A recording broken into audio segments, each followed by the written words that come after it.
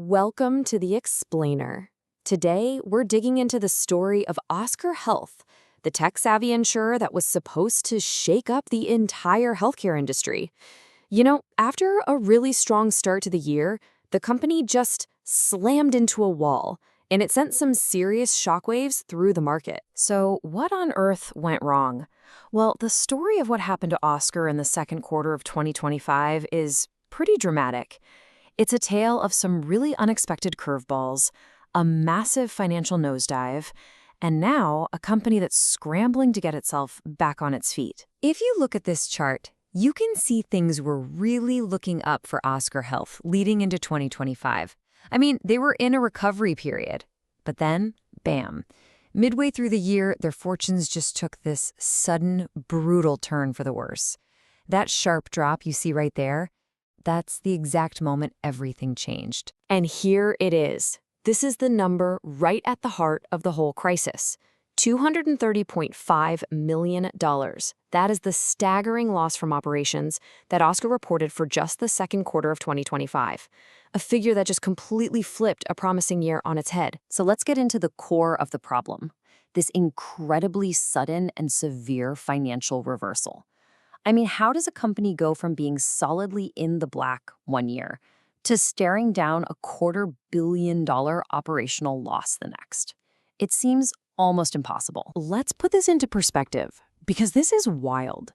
In the second quarter of 2024, Oscar posted a pretty healthy $67.8 million profit from its operations. Now, fast forward just 1 year, that profit?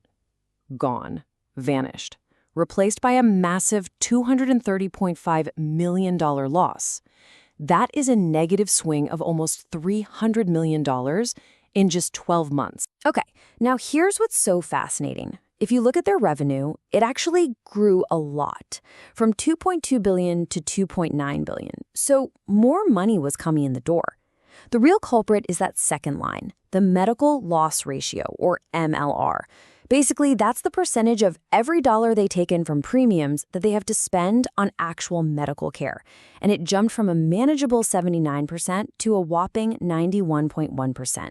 That single metric, right there, explains the dramatic flip from profit to loss. So this begs the real question. Why did their costs explode like that?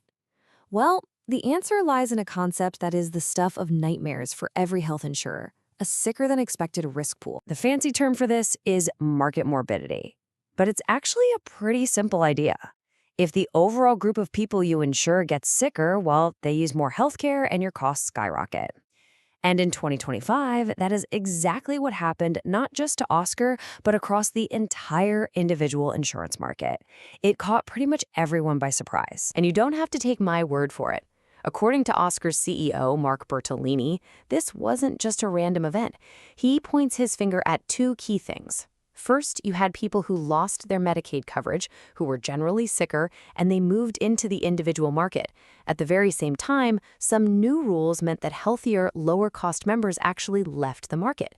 So what's the result? The average member just became a lot more expensive to insure. You can boil down the financial impact of this whole sicker risk pool problem to a single number, 12 points. That is the massive year-over-year increase in Oscar's medical loss ratio. For an insurance company, trying to absorb a shift that big in such a short amount of time, it's a colossal blow. All right, so you're faced with a market-wide crisis and you're bleeding money. What do? Well, Oscar isn't just sitting back and watching. They've laid out a very clear 3-part comeback plan they believe will help them navigate these headwinds and get back to making a profit. First up, they're repricing. They've gone back to the drawing board and resubmitted their 2026 insurance rates to actually account for these higher medical costs. Second, they're cutting costs, tightening the belt on their operations, and yes, reducing headcount. And third, they're diversifying. They're pushing into totally new areas like ICHRA. That's individual coverage health reimbursement arrangements, to build up new ways to make money. And that cost-cutting piece, it's not just some vague idea. They've attached a very specific target to it. By using their technology better and reducing their workforce, Oscar expects to save around $60 million in administrative costs in 2026 alone. And we're already seeing that diversification strategy become a reality. This isn't just talk. They are actually launching a brand new health plan with Hy-Vee, which, as you may know, is a huge grocery and pharmacy brand in the Midwest. This is a real, tangible step to move beyond their core business. So the problem has been identified. A plan is in place, but what does the future actually hold? Well, Wall Street analysts are pretty divided on this one. So let's look at the two competing views on Oscar's road ahead. You've got the optimistic case from the Bulls and the pessimistic case from the Bears. On one hand, you've got the Bulls. They believe Oscar is actually well-positioned to handle what they're calling a market reset. They point to the company's strong cash reserves and the clear, strategic steps it's taking. But on the other hand, the Bears are laser-focused on that core problem. They're arguing that this sudden spike in the MLR shows a potential fundamental inability to manage medical costs, and that remains a huge risk to their future profits. Okay, so why does the story of one insurance company's really bad quarter matter to you? Because it's a canary in the coal mine for the entire individual health insurance market. Let's break down what this actually means for everyday consumers. First, get ready for your insurance premiums to go up. Oscar is already signaling double-digit rate hikes, and they think the whole market is going to follow suit. Second, this whole episode shows that while the ACA market is surprisingly resilient, it's going through a fundamental reset. And finally, and maybe most importantly, it's a powerful reminder that even the most innovative, tech-focused darlings are not immune to the old-school, powerful forces of the insurance business. And that really leaves us with this final, critical question. Oscar was built on this big idea that technology and a slick user experience could fundamentally change healthcare for the better.